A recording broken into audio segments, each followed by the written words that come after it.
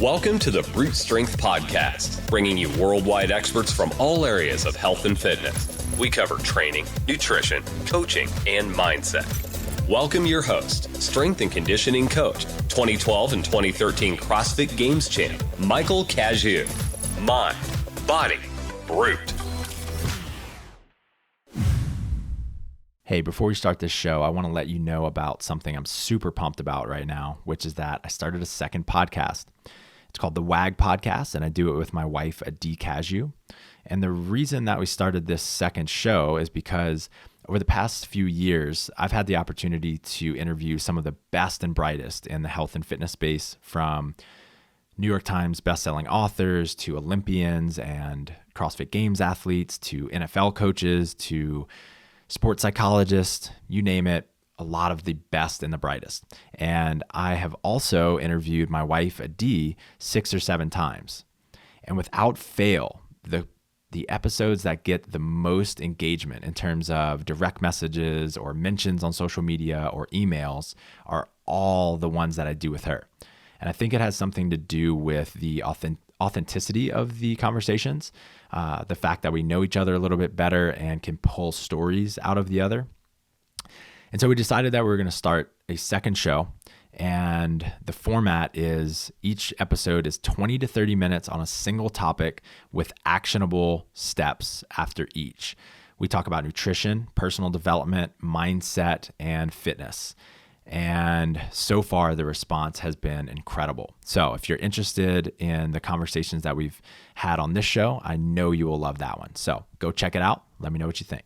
Let's get into this episode. Hello and welcome back. This is Mike Cazayoux, and you're listening to the Brute Strength Podcast. This week, I have Aaron Alexander on the show. Aaron is the host of an awesome podcast called the Align Podcast, where he interviews experts like the best of the best in health, fitness, psychology, wellness in general. Just a phenomenal podcast. He also is a movement specialist and body worker, where he does things like rolfing and Graston therapy. And he really just helps people get sort of their entire lives in alignment. And he shows through his podcast, as well as a lot of the content that he puts out, how the way that we move affects the way we think affects the way we move, et cetera, et cetera. This dude is just absolutely fascinating. And this show was a little bit different. It almost sounds like we're just a couple of dudes hanging out, having a conversation at the house, which is maybe how all podcasts should go. But it was a little bit different than my usual kind of more structured question and answer. But I think it is valuable nonetheless. We talk about community, religion. We talk about creating spaciousness in your life, why that's important, how to do it. And again, Aaron is just a fascinating dude. And I think he's a really great model for how to live a happy, centered, fulfilling life. And so I think we can all learn something from him. So without further ado, Aaron Alexander. Aaron, what's up, brother? Thanks for joining me today, man. My man, thanks so much for having me on. So you grew up in Amish country. I thought that was very interesting. What do you know about the Amish community? Honestly, I didn't grow up Amish. I grew up in and around in Amish the country, in the I area. grew up in the country, yeah. So I'm not an expert on the Amish, to be honest. I mean, you can ask me. You don't know anything about them? Not a lot. I mean, there's interesting stuff in relation to vaccines and such that I'm not claimed to be any form of expert on, but I think it's fascinating that they live a more natural lifestyle, obviously, and getting to see them motor around on their horses and buggies. And actually, in relation to growing up in Amish country, Pennsylvania, but I did a 7-month motorcycle trip through Mexico, Central America. And on the way back, I was riding through Belize. And I was going back through these like mountain roads, and I was going to go camp beside this waterfall thing. It was all very idyllic. And then I moved. I was riding I had a KLR 650. It's like an enduro bike. And I was riding by this little kid with suspenders. And he looks up at me, and I was like, I'm like this weird alien creature to him, and he's kind of the same to me, but like a remnant of my past. I speak Spanish to him, and he's like, "What? Like, don't understand you." And so apparently, there's like this huge Mennonite community all throughout Belize and various different parts of Central America No and shit. South America. So I ended up actually staying there at their house with these people that are like the strictest of the Mennonites, which essentially is, they're very similar to Amish, like this group of But they're people. like the stricter version of, like, they're the strictest Strict. sect of Yes. Amish people. Wow. Yes. And so I actually ended up staying with them for like a span of like, it was just less than a week. And I was churning butter and milking cows, Really? riding my dirt bike around their fields and hanging out doing like prayer and stuff with them at night and singing songs. It was super, super interesting. That's awesome, man. That's awesome. So, I grew up thinking the Amish were just completely crazy people. And just a few years ago, I don't know, I just started paying attention to them ever so slightly more. I saw that Kevin Kelly went and spent a lot of time with them. And then me and a group of friends were up one night just reading all about them. And we saw, I don't know, we read a lot about the principles that they practice. And two of the things that I found most interesting were, one, they routinely say no to every single new piece of technology that comes out in the world, but they always have these people in their communities that are kind of like a little more rebellious and like edge pushers, like in, every society, and they will allow a couple people to try every new piece of technology. I doubt they'll do that with VR and pornography, but they allow people to use every piece of technology, and they see how it affects their lives, and then the like general council, or however they organize themselves, the leaders will discuss how, like, if they should allow it into their society, which I think is, the rest of society could probably use that. Sounds like some kind of like Game of Thrones or some type of movie scene. The leaders let it into the society. Exactly. I think it's interesting. I was like, you point out that like probably not porn would be a thing, but realistically, the more that we withhold anything from people, the more there creates this red hot charge around it. And so you see that with like in the South, people are racist and the Confederate flag and the whole thing. Meanwhile, like that's the part that has the highest rate of watching interracial porn. I'm saying interracial porn, so it's like, whatever you're into, but like it's fascinating that those places that we see that they're like, no, absolutely not. Meanwhile, behind the scenes, you're like, oh, actually, quite often there's imbalances manifest themselves as a product of that avoidance. Right. So, I wouldn't be so sure that it's like, well, some things we don't do. It's like, well, I think what is televised of what we do and what people actually do oftentimes isn't the same.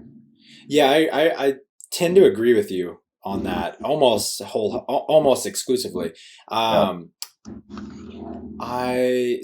another piece that I found really interesting, in that when people in Amish culture turn like 17 or 18, they let them spend a year out in regular society, and then 90% of them come back.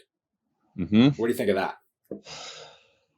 I think that's a lot like what happens with Native Americans and exactly. like original settlers. Yeah, I mean, the reality, people being addicted to technology and addicted to all these kind of like superficial validation marks that we have in our world, and it's like it's a pretty shallow existence to live in, and when you do get a piece of natural, in quotations, living, because everything's technically natural, but spending time outside, like waking up, for example, like waking up in the morning, going to bed with the sun ish, going to bed early enough that you can get up with the sun, and going out and, maybe being barefoot and exposing your skin and your eyes to the sun, which sets your circadian rhythm and juices you up with all the good, dopamines and serotonins, all the neurochemistry to make you feel alive and make you feel yourself. If you're in that rhythm and you really truly assimilate and feel that connection, when you go back to staring at your cell phone for 80% of the day, it's like, oh, this is what this is. Right. Like, so I think that typically, you will see more often. Ben Franklin specifically pointed that out. He said that he never saw a Native American refer back to the settlers, but he'd see their people go to Native Americans all the time. Right. They would get abducted or stolen or whatever, and a lot of them Yep. never wanted to leave.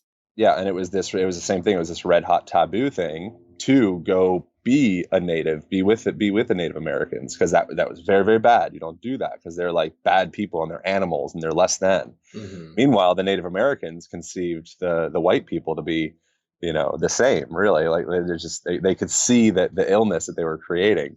They called them. There's a interesting book called "Shut Your Mouth, Save Your Life" by a guy called George Catlin. It was written like 200 odd years ago, and George was originally was a lawyer. He was like a painter. He was an interesting guy, and then he ended up spending several years with Native American tribes, and he was out with them. He came in contact with millions of individuals from what the book says. It's a little book. I recommend people checking it out. It's amazing. It gets into dental health as the main focus of it. But that sounds so compelling. Just fascinating. It's really, it's amazing. Yeah. No, I mean, I don't know if you're facetious or serious, because it is. I'm not really tempted by the dental health, but because you said it's a kick-ass book, I'll read it. I swear to God. So I think to me with books, I just think it's interesting to be able to go into that dude's mind 250 years ago. And he's writing all of his thoughts and his days and his desires and his approach to life. And that we get that imprint, we get to hold that and check that out here at my apartment in Santa Monica. I just think it's great. But so he said that the Native Americans who call white people, they call them black mouths. The reason they call them black mouths was because this gets into a dental health conversation, but because they always had their mouth hanging open when they were working, and when they were, as they were moving through the world, they would start to open their mouth, which causes this whole sequela of dental hygiene issues, amongst other things. Increased stress levels. There's a whole book, multiple books about the effect of breathing through your mouth as opposed to breathing through your nose. And they said the black mouths. They said that their mouths were black because of all the lies that were coming out of their mouth. And with that, their teeth were all corroded and cavities. And compared to the Native American tribe, again, more connected to nature, they had these perfect, strongly formed jaw lines. They had aligned teeth. It's just nature. I think there's two types of people. There's people that are connected to nature, and there's people that aren't connected to nature. And within that, we try to buy supplements, and we try to, do all the things, typically purchase the things to kind of like hijack or go around nature. It never works. It's not possible. You either are connected to nature and you're healthy, or you're disconnected and you need to figure out how to reconnect. So says books, in my opinion. Yeah. I want to dive into all of that, man, and how you developed a lot of those beliefs. But you really fucked me up with not knowing anything about the Amish community, because I wanted to talk to you about community first. We don't know each other well yet, but from what I can tell of you through the interwebs, you seem to really value community and forming really deep relationships. And I'm curious how you prioritize it, and kind of even logistically how you make deep relationships happen in one of the busiest places on earth, which is Los Angeles. I think you can make deep relationships happen just anytime you're with yourself and you're working on your own introspection or own honesty with where you're at. Like, we're all lying to ourselves in some capacity. I'm lying to myself, you're lying to yourself. It's just figuring out how are we lying exactly, and how can we drop that shit as soon as possible. And I think that's like the process of existence, is just like you slowly wear back more and more lies and stories that you tell about yourself until eventually your honest expression. And then I'm pretty sure just, life gets a lot easier. But the more that you can be doing that through, I think things like engaging in vulnerable relationship. I think for me, like women are really powerful tools, I would say. I mean, that sounds terrible, but I was going to say medicine, but that sounds too new agey. But somewhere in between that, tool, medicine, something like that. But it feels as though being vulnerable with a woman, specifically for me, I'm a man, obviously. I guess I didn't need to point that out based on my voice. You never know these days. You never know. Testosterone can do a lot of things. But so that's something that for me has been like almost like a truth serum of some sort, spending time in the same space as another person that doesn't accept bullshit. And every time you try to present some egoic bullshit, they're like, nope, nope, nope, nope. And that enough times, I think is really helpful. But I mean, I feel like you can do this with a person at a grocery store. Mm-hmm. Like that's a really amazing opportunity to connect with another person in what I conceive to be a meaningful way. Homeless people are the same way. They're like yearning for connection. Any of the outcasted people, if you open yourself up to them and just make some genuine eye contact, ask how they're actually feeling. How is your day? How is your life? Like what's like I want to actually connect with you for this 30 seconds that we have together, mm-hmm. as opposed to just those rote, hey, how are you doing? Oh, good. All right, sweet. Thanks. No receipt. Yep. I think that we can access those little micro moments of connection throughout the day, and that times a week, a month, a year, it becomes I think actually like meaningful connection with yourself. And the more that you do that, the faster you will be able to gain rapport with anybody, and eventually that translates into business, that translates into successful, whatever, any form of relationship. Business essentially is like another word for relationship, I think. Mm-hmm. I love it, dude. Have you always been that way in regards to, let's say, talking to a grocery store clerk or a homeless person? It's more and more, I contemplate death like regularly, Okay. not in anything that's like a overly creepy way, but reads any form of Stoic philosophy and you're like, oh, cool, like makes sense to maybe just as an exercise, people listen, they can play with imagining you had 30 days to live. So right now, whatever the date now is, you got 30 days. That would affect the way that you, like the magic that you perceive the moment as, like immediately. The second that you have that awareness of like, oh man, time is finite, mm-hmm. because it is, all of a sudden, wow, like a flower blooming becomes this magical experience. All this repetitious stuff that we just go through these patterns with, all of a sudden it slows down and becomes this magical experience. And I think that that's been actually a helpful practice. And also practicing, it's like some more, maybe everything I've said so far sounds like some new agey stuff, but practicing gratitude. All of those things, like you practice your perception on the world. You become the sum of your thoughts, is something that other people say. That's, I agree with. And it's like it's really taking your thoughts by the balls and saying, man, I'm thinking about how I resent that person. I'm thinking about how I want, this thing and I can't have it. I'm thinking about all these things that are only polluting me and only inflaming me, because all that stuff's associated inflammation on a cellular level. And so if you can start to take your thoughts by the balls, by the reins, and literally just practice, just like you practice a snatch or a deadlift. If you never do it, or you're practicing incorrect mechanics, eventually you'll blow out your spine. Mm-hmm. If you're correcting incorrect thought mechanics, eventually you'll get a hemorrhoid or something. Yes. Yes. So that's my thoughts on that. I love it, man. So how do you practice, quote unquote, gratitude? Do you just write about it? Is there any action? Yeah, I think that's a great way to go. You can get a journal, like my buddy Alex Icon. He's got a popular journal called the 5-Minute Journal that a lot of people have. That's an option. They break it down for you and say, cool, like, what are 3 things you're grateful for today? What are 3 affirmations? So it's something that you think is some great quality about yourself or the world or whatever. And just, putting in repetitions of that each day, it really does become, you can feel it build momentum. Mm-hmm. And with time, you start to change or augment the filter that you perceive the world from a place of gratitude to a place of just repetitious malaise. Oh yeah, whatever. Yeah, right. Whatever. Oh, cool. I got, I fill in the blank thing, whatever you did. I went for a surf today. It's a freaking miracle. Like all the things that had to happen, come into alignment for me to be able to take my car down and go for a surf and come back here and have this conversation with you. Like, holy crap, you're in another state. Right.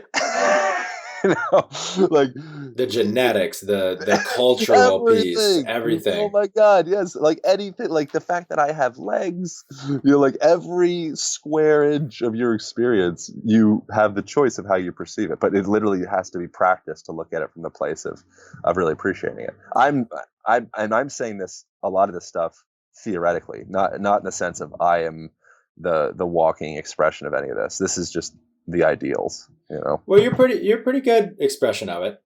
You're a pretty damn good expression of it, man. On gratitude, I think that at first it seems very contrived, at least in my experience. It feels like I'm just forcing it. And Yeah. I don't, I'm writing about these things that I know conceptually I am grateful for, but a lot of times I don't feel super connected to it in the moment. And then if I continue doing that day after day or with some sort of consistency, then I really start to sit back and get present to that thing in my life, whatever I'm writing about that I'm grateful for. I get really present to the physical sensation of gratitude, and then I Yeah. go out into my day as a completely different person. Right? It's almost as if I think you already used the metaphor of a lens. Like I see the lens, I see the world through this just this beautiful lens, and nothing could go wrong. And I'm as I have all of my skills and power within me when I am in gratitude. And Yeah. I think it's that consistent practice. Yeah, I just did a podcast interview on my thing with a guy called Dr. John D. Martini, who just released Hmm. it. And I mean, he's like literally one of the smartest people you'll ever talk to. I recommend getting one here at some point. He's a polymath, like real deal polymath, knows a lot about a lot of things. It's really fascinating.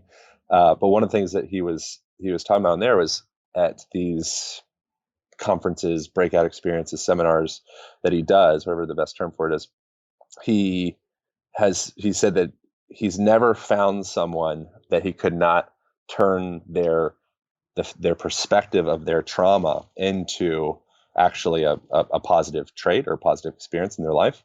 And so many people, we move around the world with these stories of why. For me, it's been a victim. I'm a victim. Oh, I had a rough childhood. Oh, my, this happened or that happened, or like, oh, like I don't deserve that, or we kind of just like just spin our wheels in these stories. And he was talking about people that like say they were abused by their parents as a Hmm. kid. And then oftentimes, like a lot of people that lose their parents, for example, at a young age, like before 18, they become very financially successful, at least whatever successful means to you, but they become at least financially successful. Hmm. Because they get that memo early on that like the world's not safe, or maybe this like sense of scarcity or something like that causes them to buckle down, work hard, sort themselves out. And then they still move through the world with that sense of like, oh, my trauma, my trauma, my trauma. And what he takes them through essentially is like just forcing them into a corner of how did that event serve you. Hmm. So as opposed to just looking at back and like, okay, my life sucks, period, end of story. It's like, whoa, whoa, whoa, whoa, back up, back up. That I want really analyze the situation and sort out what did that traumatic situation do to you to cause you to be the person that you are today. In any situation, in the thousand odd events that he's done, and handful of people a large group of people that he's worked with, he said he's never found someone that he hasn't been able to turn that around in a meaningful way with them. So I think it's really just like assessing the stories that we tell ourselves about ourselves and about the Hmm. world. Usually we just let our stories run wild, and they spin out of control, and it's like the story has control of you, as opposed to you making the effort to actually go through and say, holy shit, like maybe I can kind of go back through these pages and kind of rewrite my perception of the story the way that I choose. Talk about your story a little bit growing up, because I think you had a pretty rough childhood, and by all accounts, you have every right to continue playing the victim even to this day. Like no one would give you a hard time if you were continuing to play a victim. Yeah, I mean, yeah, and that's sweet, I guess, but that's like honestly my in the grand scheme of things, first of all, everything could always be worse and it could always be better. Mm-hmm. So there's that. But yeah, so childhood, like the story is that when I was like, I guess I was probably around like 14 or 15 or so, my dad, he started getting quite addicted to crack cocaine and just became essentially like completely insane. And he got into, all sorts of other things, and he ended up going to prison. And, it's like, getting a call from, I don't remember who it was exactly, but like, oh yeah, your dad's in prison and he's like not going to be out for a while. They're like, oh, okay, cool. I guess I'll try to sort out this English test. But now in retrospect, what that did is it made me inquisitive. It made me sensitive, so if you need to be aware of what's the psychological state of your caretaker when you go home, or is it okay to have friends even near the house because something explosive might happen? Right. So in that situation now, like what did that do that served me? Now I professionally work with people with, doing rolfing and different forms of body work and, and helping them move better and it ends up being helping with their life stuff, but that's not what it's titled by any means, but we just end up talking, and the reason that I have any skill, I would say, with that is one, practice, but two, at a young age, being forced to gauge the temperament of my caretaker. And sort of just being really, really empathetic. Yeah, man. So you see that with people, with children that don't grow up in kind of situations that are kind of a little bit harder, like inner city kids end up being a lot better with detecting bombs in military situations. So if they can walk through a town and they have this acute sensation of if anything's awry, if anything's off, so they can move through that town and say, that lady with the kid, yeah, something's not right. Interesting. Whereas if you like la la la, you grow up in like Nerf America, you don't even build those skills. You don't build those skills. So when it comes time to like life actually matters, you haven't built skills because your life hasn't necessitated you to adapt. So if you look at it from that, you're like, oh damn, adaptation's cool. Right. And struggle and challenge are important parts of our lives. Oh man, they're the only parts. It's just you if you get to the point where you can't handle it. And that's the issue, is if it's too much too fast, then you blow out. Again, it's the same thing with if you give somebody a deadlift that they can't handle, or force someone that sits in front of a desk for 9-to-5 job for the last 20 odd years and say, let's go do some sprints. They're like, like maybe let's like worm into this a little bit. And so it's a similar thing with anything, with your psychology as well. It's your perception of the situation is more important than the situation itself. That's like a really big deal. Right. Yeah. And it's really hard to talk about abuse and things of that sort without having been abused myself. But I can tell you from experience, just speaking with people that have been, the only person you're harming by continuing to tell yourself a story that you're a victim is yourself. And so finding that silver lining and finding what you've gained and what you can learn by it is what sets you free in life. It's also dangerous, or whatever the word you use, for people around you as well, because you become is like a spider web that you put out and you try to pull people into it. It's like a black hole. Right. And so you want people to feed into that, because if people agree with it, then it validates it, it reaffirms it. It's like feeding a parasite. The parasite inside of you wants to live. So like literal parasites. So they'll cause you to start eating more sugary foods or whatever it is that engages them, or fulfills them. They will hijack your psychology, your neurology, to say, "Ooh, I want that." Right. You've heard of toxoplasmosis, for example? I haven't.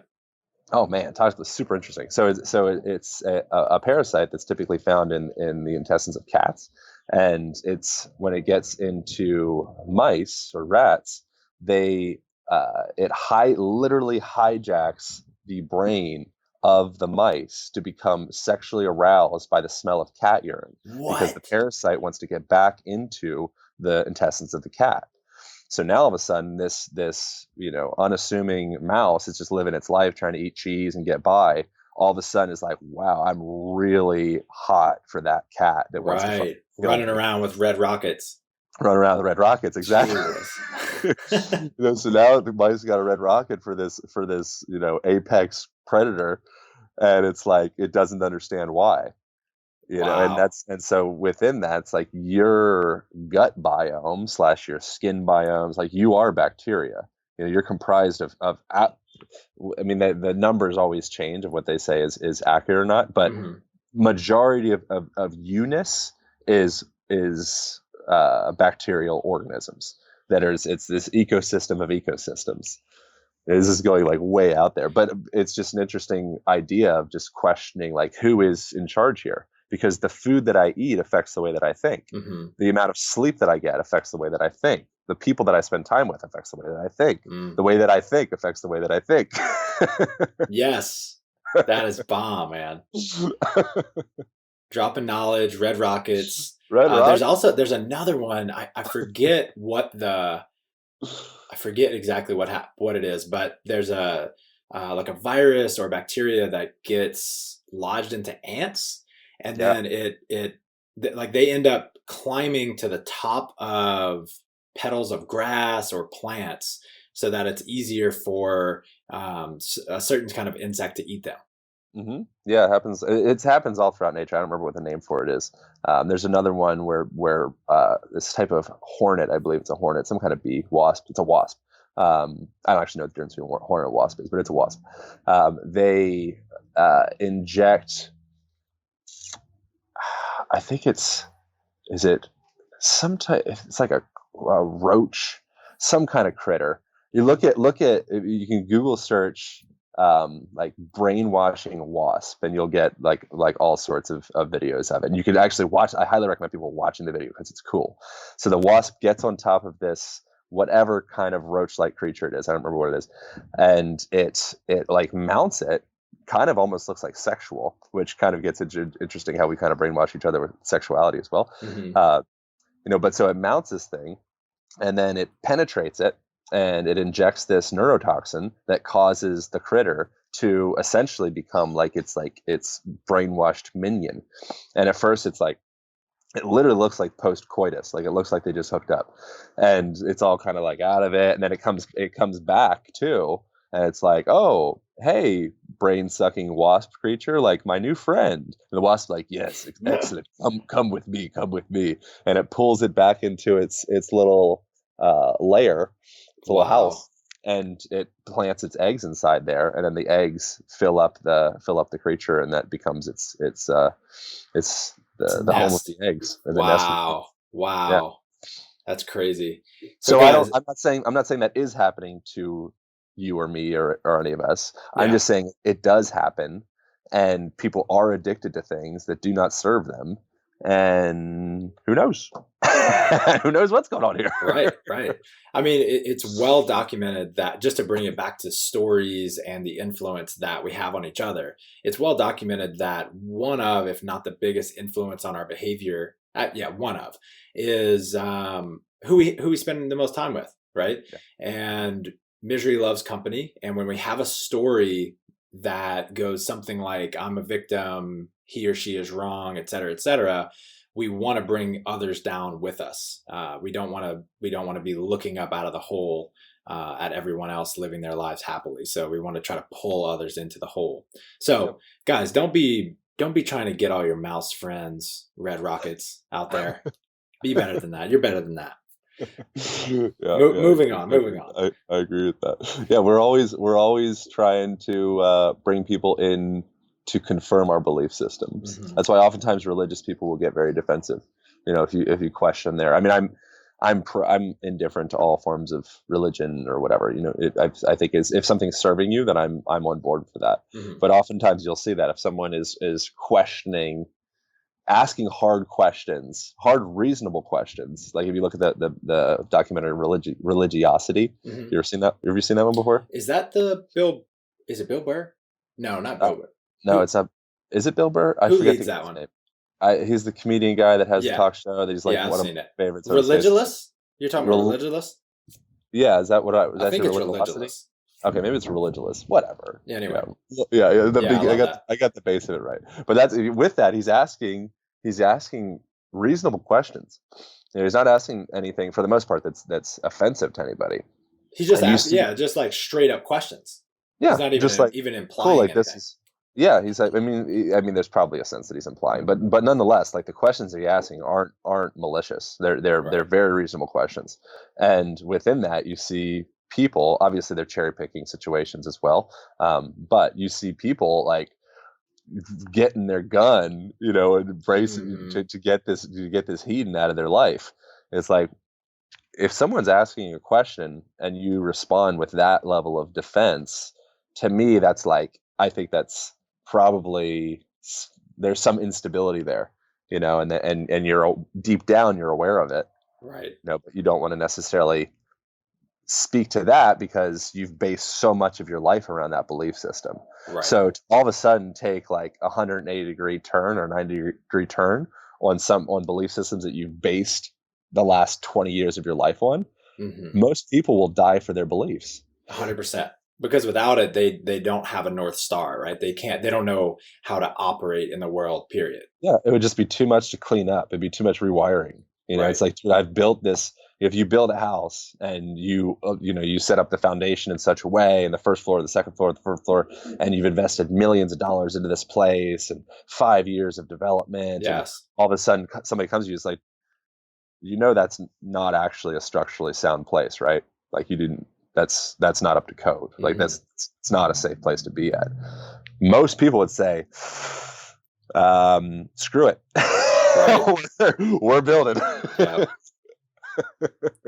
Yeah, it's funny that you bring the religion piece up. I grew up Catholic and then went through. I left for drug treatment when I was 17, and so I went probably 5 years. What's that? I was in drug treatment. Your own drug treatment? No. I left for rehab when I was 17. You went to rehab for yourself? Yes. Yeah, I thought there was something suspicious when you said you didn't have any trauma growing up. Yeah, right. Did I say that? I was like, yeah. You said I didn't get abused. I definitely had trauma, but I didn't get. Yeah, abused. but abuse is a slippery word. Totally. The abuse of being physically contacted, I think, physically contacted abuse is so obvious that it's almost safer in some ways than the more insidious versions of abuse. I hear you. Does that make sense? Totally. Because when you got a black eye, you're like, dude, I'm abused.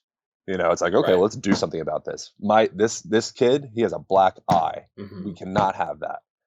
But slow, subtle abuse over time, that's to me, that's the more insidious version of abuse. Right. And often goes undetected sometimes for someone's entire life. Yeah. So then it gets really deeply steeped into the foundation of that structure. And then you get to the 6th floor and $2 million in and 10 years in of development, and we've never addressed it. Right. Whereas that black eye, right early on in development, we're like, whoa, there's something off on the way we're building this thing. Right. So I leave for rehab, and I never identified with being a Catholic or being religious at all. I hated going to church. I hated going to religion class, et cetera, and I considered myself an atheist for a long time after I left Louisiana. And a lot of it was just an ego thing. Like I felt like I was being controlled and being made to believe certain things. And it's only in the past few years that I've become sort of open to learning what some of the major religions have to teach us. I think Yeah. that they've been around for thousands of years, and they've got to be doing something right, right? There's got to be some good shit in those books. And so I've kind of been like opening my heart to it, opening my mind with no real like intentional learning whatsoever. And I just started doing these interviews with my grandparents. And the goal is to find out as much about my ancestors as possible, and then get all the way down to understanding how we developed certain traits and personalities in our family system.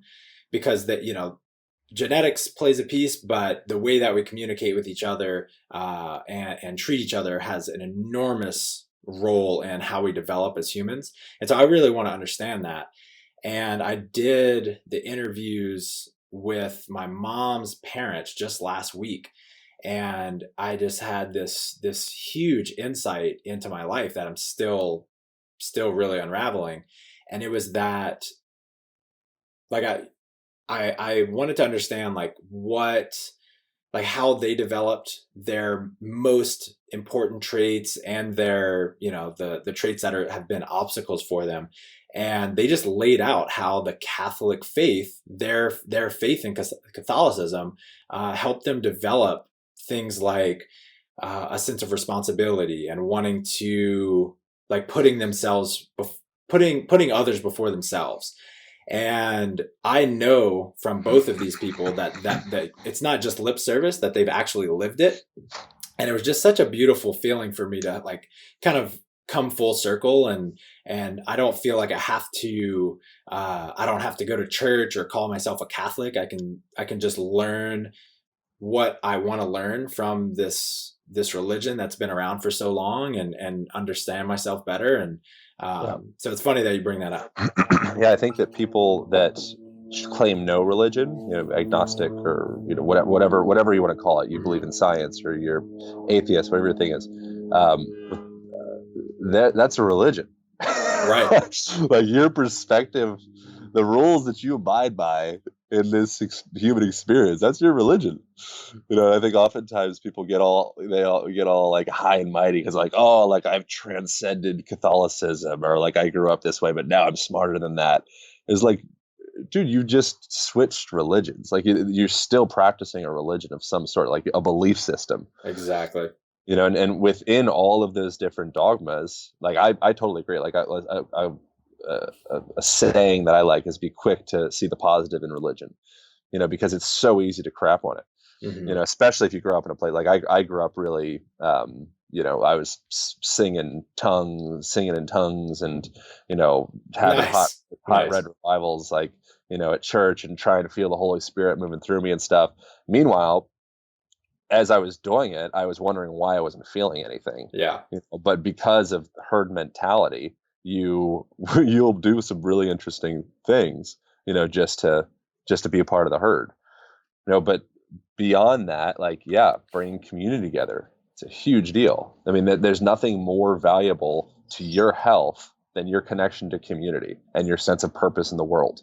I don't care what kind of protein supplement you do, what kind of nootropics you take, what kind of car you drive. If you're disconnected from community and you feel like you don't have purpose, your biology is going to go into a bad way. And what does religion do? It's like, cool, every Sunday we're meeting up, coming together. We're going to hold hands. We're going to sing, and like sing. It's like, oh, great. Now we're getting into all these other, like Eastern religions that have been around for a long time. We're chanting. Oh, we're doing mantras. Like, you singing together, it literally tunes and heals your nervous system. It puts you back into more of like a ventral vagal state, you could say, if you wanted to use like polyvagal theory talk. And it Yeah, puts we you definitely do. Yeah, it puts you into more of a calm, relaxed state. It tunes your autonomic nervous system, so you can go into a rest, digest, heal type place. And so it's like, okay, cool. We're singing mantras, essentially. We're humming together. It's huge for healing. A lot of times you will go to, say, like the Muslim religion. They have the 5 prayers a day. They get up with the sunrise. Huge deal. First starting that circadian rhythm, all the stuff we were talking about before, setting your neurochemistry up for success, for happiness. You are taking a walk. Huge deal. your body needs to walk in order to digest food, to integrate the hemispheres of your brain, to move fluid throughout your whole system. Next step, you're getting down, you're prostrating yourself, you're bending, you're hinging your hips. Really big deal. If you're into CrossFit or picking up anything heavy, cultivating a hip hinge, you are getting all the way down to the ground. That's what we've been doing for millennia. It's what feeds all of your physiology, is you getting all the way down and up off of the ground. And then you're spending some time there and you're meditating essentially. And so you're doing all these health inducing principles all packed in to this little thing that we call the 5 prayers. Mm-hmm. It's like, oh, interesting. Like God, fuzzy white beard, whatever story stuff aside, for the most part, the housing of most of these dogmas is actually to induce health and connection with yourself, I think. And that's if you're doing that regularly, what you're doing is you're cultivating a relationship with yourself. If you put the label of, oh, this came from Jehovah, or this came from Krishna, or this came from Michael the Archangel, whatever it is for you, call it what you will. You put your body through these motions, you put your mind through these motions, and you gained a relationship with yourself and your community. Now you feel better. Right. Yeah, and until you say you don't believe in Jehovah, you believe in Allah, you're wrong. Right. It's all good until then, right? And until then, so if you hold your beliefs too tightly, then a war might happen. Yeah. Religion's got some good shit. You got to watch out for a big part of religion is accepting others. It's just that it's once the competition of religion starts and the politics of religion start to come into play, which that's all like new school human governmental stuff. Totally. You see religions or belief systems and hunter-gatherer tribal cultures typically don't have moralistic deities. They typically don't have, like, oh, if you do this, you'll be in trouble. If you do that, you're going to go to this pearly white place somewhere. Right. It's like, no, why would we do that? We have 150. We're in the Dunbar number territory. We're 150 people in our tribe here. Like, if anybody screws each other over, we know about it. Mm-hmm. And that the worst thing that we can do is kick you out of the tribe. Right. You feel that separation or rejection in the same places in your brain that you feel literal stabbing pain. If you cut my arm and it's it processes itself in the same part of the brain as if someone says you're out of the tribe. So in a smaller tribal situation like that, they don't have the moralistic gods. It's not until you get into larger societies that all of a sudden we have this governmental rules laced throughout the religion. Where we're not directly connected to the impact that expelling someone from the tribe or hurting someone has. Yeah, and then that's the issue with, as you go into a more densely populated city, for example, people tend to be a little bit shorter with you. They tend to talk faster. They tend to not have time for the connection of making eye contact with the person at the grocery store that's giving you your change back. And as you go into places that are more rural, more expansive, all of a sudden people start to talk slower, and people say, "Hey neighbor, how are you?" Right. And it's like the same thing happens with grasshoppers. There's I think it's a specific type of grasshoppers that when they get around too many other grasshoppers, like in times of drought, they'll huddle up around one specific like pool or pond thing of water. When they're rubbing up against each other too much, after, you can look this up on YouTube as well. I think it's like after like 5 hours, something like that, but fact check it. Of this perturbation on the specific part of the side of their body, they'll actually turn into locusts. So locusts are just grasshoppers. No just shit. Essentially, it's like they're grasshoppers that turn into cannibalistic city dwellers. Wow, that's fucked up. That's very fucked up. But we all have locusts inside of us, and we all have grasshopper. So that's the thing. It's very easy to judge somebody, but the reality is they're just a product of their environment. So when you're looking at somebody, you are looking at a moving environment in the container of a human being. So there's no judgment towards that. It's not that person. you're communicating to their whole entire history, and you're communicating to the history of their grandparents, and you're communicating to the history of their neighborhood. There's no, and when you start to perceive things that way, it's a lot harder to look at somebody and be like, oh, that guy's a dick. You can still be like, he's a dick, but what would be a more honest thing to say is like, oh, that guy's hurt. Right. So you're, that in densely populated cities, people turn into locusts, and yet you live in LA. How do you marry those two? Well, people are wonderful, and I live. So, all right. So right now, as we're doing this, I am the computer sitting on top of my freezer. I have an ice chest freezer in my backyard. I have a blog article. People are curious about like how the heck to do that, because I get questions about it on Instagram like all the time. So it's on top of the ice chest freezer. Behind me, I have an infrared sauna. I'm exposing my skin to the sun. My shirt's not off, and I'm wearing a tank top. I'm barefoot. I'm surrounded by plants. I have plants everywhere. The doors on both of my sides of my house are typically open. Right now, just the back's open, but I have air running through the whole entire house. I ride my bike most places. I have a motorcycle, so I don't have that like stuck in traffic sensation. Most of the things that I do are nearby my house. If you're living in a place that you're able to walk or bike to most of your destinations, statistically, you're going to be dramatically happier.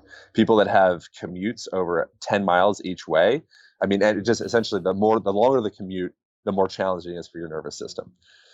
So that's something that is actually a value of living in a closer. I mean, I live in Santa Monica. It's not like, I mean, it feels like the suburbs.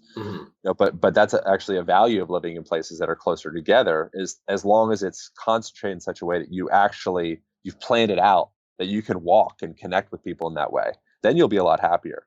But if you live out someplace far away and you have to drive 30 minutes to get to work, and you're all high and mighty about you live in the country and your nervous system's better than somebody else's, it's like, no, bitch. If you're sitting in your car each day, like the people that are actually living they've positioned themselves in such a way that it's more efficient lifestyle, that everything's around and they can connect and meet their neighbors and meet the grocery store person and meet the coffee shop person. You can hack that. So that's kind of what I indirectly have done. I love it, dude. That's awesome. So I do want to be respectful of your time. I feel like we need an entirely another show all about movement, because we haven't even talked about moving yet. We didn't talk about anything that I'm any form of expert in quotations. Selfishly, I want to talk about something I've heard you speak about, maybe on another podcast or on social media or something like that.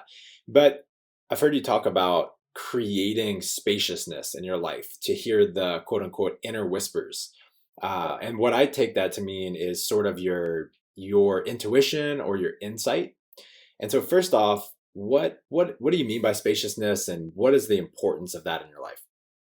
I don't remember when I said that exactly, but I think there's lots of quotes like that as well. And I'm sure that's something, I mean, it's certainly something that I agree with. But the way that I would align with that is, so one thing, I think people take pride in busyness, and this is something that's been said by other people, but I think that's a real broken model, to have the perception that if my schedule, like I've even done this, like look down at my schedule. You do that because I had a Rolfing body work practice for something like the last 10 years before I started doing all this stuff. And within that, especially when you don't have a lot of clients, you don't want clients to know you don't have a lot of clients. Right. And so you'll be like, oh man, can't see you until 2 weeks out. Meanwhile, you're just like I can see you at 2, 4, 6. Yeah, exactly. Yeah. It's like, so if you send somebody a Calendly invite, it's like, oh yeah, we can do a thing. And it's just like every square second of their day. It's like, what the fuck is this? Who is this guy? Right. That's hilarious. So you almost have to like intentionally be like, oh, I'm very busy, because it creates a scarcity around you. But within that, I think it can become slippery, and the belief that you have to be busy, truly, that's not right.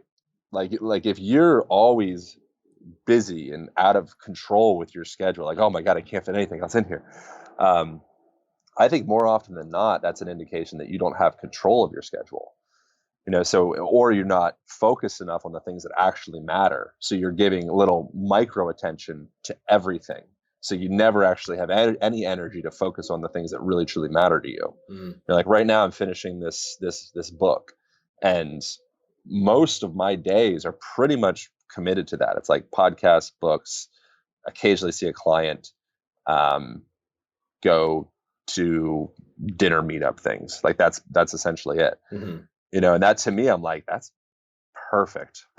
Right. That sounds perfect. That's all like cool. I get to focus on the thing that I actually care about. The highest leverage thing for me right now is creating this message within this book to be the most potent, meaningful thing that I possibly can do. Anything else that I'm busy with is taking away from the thing that actually matters. And the thing that actually matters for you could be your relationship with your wife, or it could be with your kids. So I think that that's a big thing is letting go of the perspective that busy equals better. Oftentimes busy equals out of control. Right. So that's a start. Yeah, I love that, man. I did a kind of a personal development course with this guy named Philip McKernan out in Ireland. He works. Yeah. Anyway, his final thoughts for us were that of all of the people he's worked with, the one thing that they have in common that they all share is that they desire radical simplicity in their lives. Absolutely. 100%. Radical simplicity. And that hit me like a ton of bricks, because at the time, I owned my own business. It was online, and I should have complete freedom of time and space. And yet I looked at my calendar and there wasn't a free minute, and I just felt like shackled by all of my appointments that I had made. And it was this addiction to being busy and to always feeling like I was growing and moving forward, and just never being satisfied with the way that I was or the way that my life was. And I've certainly not mastered this. I was actually feeling some overwhelm with my calendar yesterday, but I think the continued building of awareness around that fact that you're talking about, like busy is not a virtue, it is just so valuable. Yeah. And then, I think there's also, I got this from Jordan Peterson, but there's also value in testing your limits and maxing yourself out and seeing what that feels like, especially while you're young and you actually have the cellular bandwidth to do that. And so I haven't heard him talk about that. Talk about this a little bit. Well, that's essentially, yeah. Like seeing, because you don't know what your potential is until you explore the limits. I think, when you hold your breath, it's like a third of the way in, you start getting all these diaphragmatic contractions. You think you're gonna have a breakdown, but it's like, dude, you're only a third of the way in. Like you haven't even scratched the surface of what your potential is. That's actually really useful. Yeah, I think there's another side of that coin as well. Is like, well, let's see what 9,000 RPM feels like. Yeah. Just so I can have that as an indicator of like, okay, that was that. So I think if you're always, it can become lazy, right, as well. Where it's like, oh well, they said I should never be busy. It's like, well, have you been busy though? Yeah.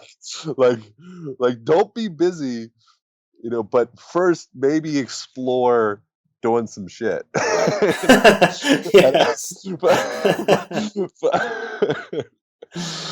Totally, man. But that's typically the thing. Like the first time I got like a house in Oregon, and I was all excited about getting I'm gonna get furniture, I'm gonna get a motorcycle and a rug, and I'm like, oh, we got paintings on the walls. It's great. I'm like an adult, and then as soon as I did that, I'm like, oh, this is a terrible sensation. Because now I have all this psychic weight that's going into all my stuff. So I would much prefer. Now I rent the place out and I'm completely hands off away from that. And I'm planning on, after the release of the book, getting rid of most of the crap that I have here in LA and doing like a couple few months as like a reset where I'm kind of go borderline nomadic-ish, renting Airbnbs and, just being like, cool, like all I need to do is exist. I'd like to experience that a little bit, but I think we go in ebbs and flows of that. It's like, you go, you get your stuff, you pack it in, you suffocate from it, and then you go, oh, okay, let's get out of there, and I'll keep just what matters. But in order to know what matters, I think sometimes it's helpful to pack it in. I love it, man. What have been your biggest influences on this topic? Of The this topic business? of like figuring out what matters to you. Ooh, dude. I think just life, man. Yeah, I don't think I have any inspirations for that. I don't think I have a really like meaningful response other than just trial and error.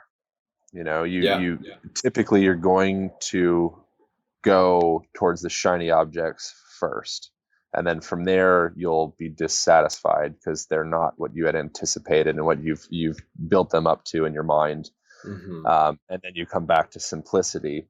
Something that is maybe meaningful for the sake of people that are interested in like fitness and stuff is the things that truly matter and move the needle and make a difference and people really notice on a long-term level are the parts that people don't superficially see right away. So from a fitness perspective, you got to work on hip strength. You got to, strengthen your glutes. You got to strengthen your back. You got to strengthen your posterior chain.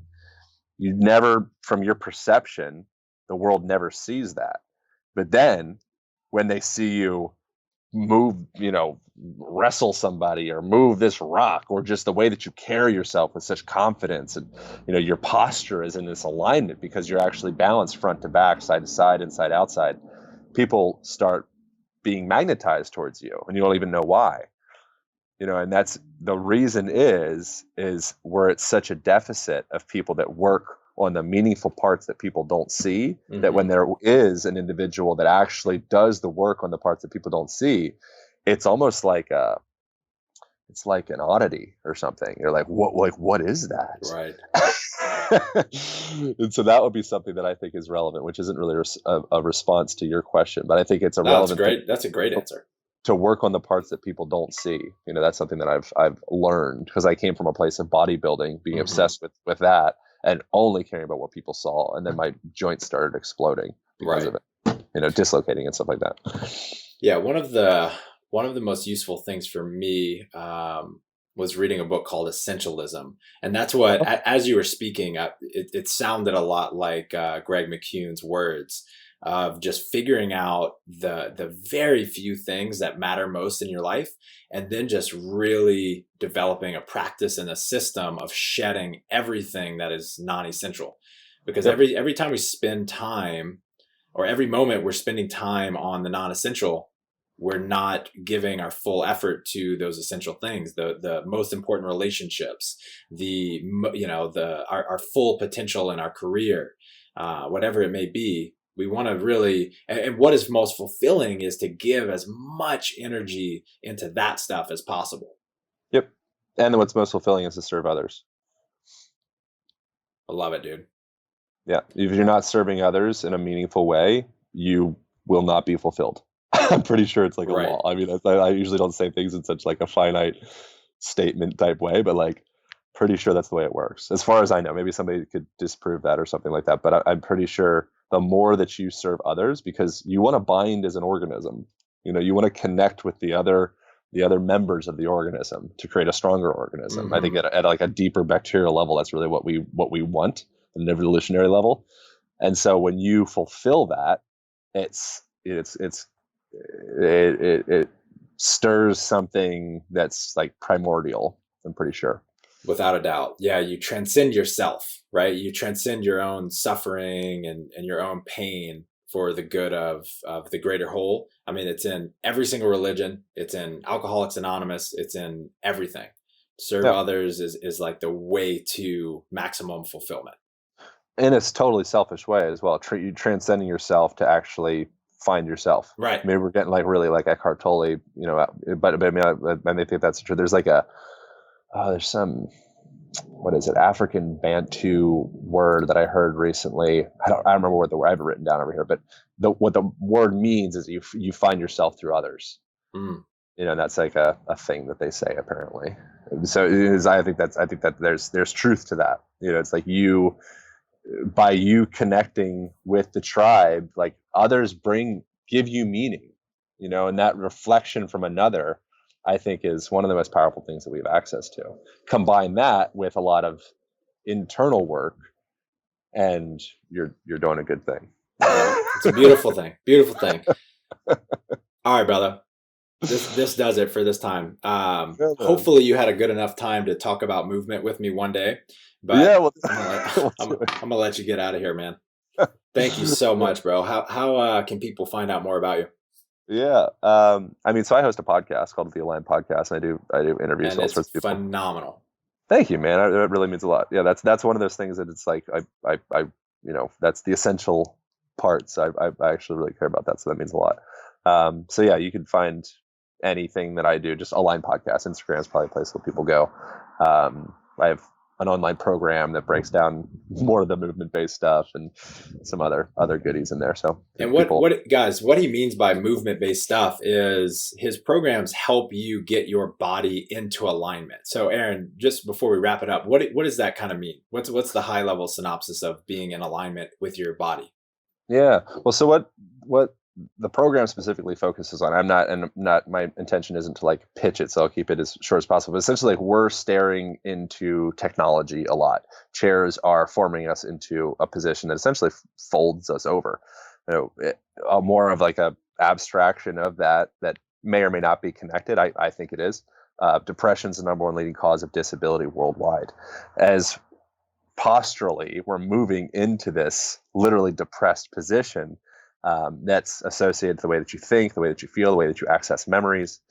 So what that focuses on specifically is like unwinding those postural patterns, like forward head posture, roll forward shoulders, hyperkyphotic spine, disengaged glutes, collapsed valgus knees, like all that stuff. If you collapse at any level in your body, you collapse at every level in your body.